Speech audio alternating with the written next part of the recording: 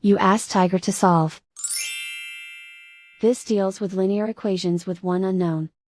The final result is x equals -4. Let's solve it step by step. Group all constants on the right side of the equation. Add 8 to both sides. Simplify the arithmetic.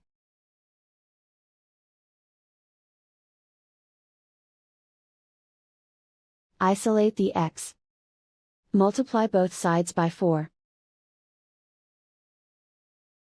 Group like terms. Multiply the coefficients. Simplify the fraction. Simplify the arithmetic.